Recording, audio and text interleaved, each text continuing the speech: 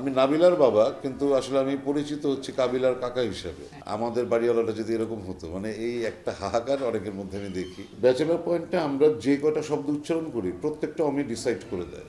Bachelor পয়েন্টের কাজ তো স্পেশাল সবসময়। আমার ক্যারেক্টারটা তো ওই যে আমি নাবিলার বাবা, কিন্তু আসলে আমি পরিচিত হচ্ছে কাবিলার কাকা হিসাবে। মানে আমাদের পলাশ এত জনপ্রিয়, এটা তো বলার অপেক্ষা রাখে না কাবিলা চরিত্রে। আমার আইডেন্টিটি এখন নাটকের মেয়েকে দিয়ে না, আমার আইডেন্টিটি হচ্ছে আমার নাটকের কাবিলাকে দিয়ে। দর্শক পছন্দ করে এই চরিত্রটাকে।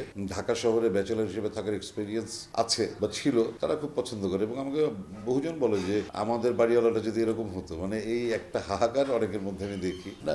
অমিল আসলে কি দেখেন, প্রত্যেকটা কাজের পেছনে তো একটা ওই বলে না যে আপনি যতটুকু ঘি দিবেন তত চিনি দিবেন ততটুকু মিষ্টি হবে, ব্যাপারটা সেরকম। অমি প্রথম সিজন যখন ব্যাচেলার পয়েন্ট শুরু করেছিল 8-10টা নাটকের মতো সাধারণ বাজেটেই শুরু করেছিল। সো আপনি দেখবেন তখনকার সেট লাইট সবকিছু কিন্তু ওই বাজেটটাকেই রিফ্লেক্ট করে। এখন যে ব্যাচেলার পয়েন্ট সিজন 5-এ ও অনেক ভালো বাজেট পেয়েছে, এটাও কিন্তু রিফ্লেক্ট করে ওর প্রেজেন্টেশনে ও কি দেখাচ্ছে।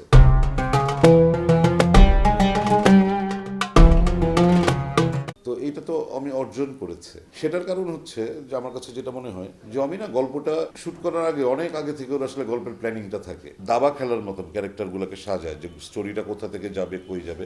এবং সবচেয়ে ইন্টারেস্টিং পার্ট হচ্ছে এই সিজনে যেটা দেখছি, আমরা তো বিভিন্ন ধারাবাহিক করি, তো ধারাবাহিকে সবারই একটা কমন টেন্ডেন্সি, এটা আসলে হয়তো আর্থিক সুবিধা হয় সেজন্যই যত কম সময় যত বেশি লট করে ফেলা যায়। দেখা যায় যে 5 দিনে বা 6 দিনেও 26 পর্ব শুট করে ফেলে। তো এতে হয় কি, সিচুয়েশনাল ড্রামাটা তৈরি হয় না। ব্যাচেলার পয়েন্টে যেটা হয় যে ধরেন আপনি আগামী মাসে শেষের দিকে যেই 8টা এপিসোড অন এয়ারে যাবে, সেগুলো শ্যুট হয়েছে এই মাসের শুরুতে, এবং এডিট হচ্ছে, কারেকশন হচ্ছে, এডিট হচ্ছে, এবং সেটা আগামী মাসের শেষে অন এয়ারে যাচ্ছে। আবার আগামী মাসের শুরুতে যেটা শুটিং হবে সেটা তার পরের মাসে। তার মানে হাতে আমার বেশি এপিসোড কখনো থাকছে না।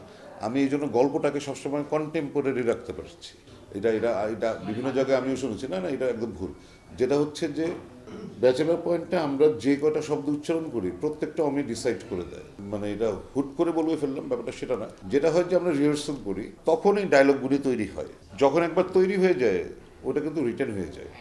ঠিক আছে, সো আমরা আউট অফ স্ক্রিপ্ট না। এটা আমি কাউকে ছোটও করছি না, কাউকে বড়ও করছি না, কিন্তু আর্টিস্ট হিসেবে আমাদের একটা ধাক্কা লাগে।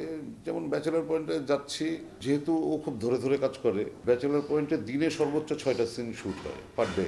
সেটাও আমি খুব কম দেখেছি, আমি ম্যাক্সিমাম দেখেছি 4টা থেকে 5টা, যে জায়গায় অন্য কোনো সেটে আমাদেরকে 30 থেকে 35টা সিন করতে হয়। তো পার্থক্যটা এখানেই বুঝবেন।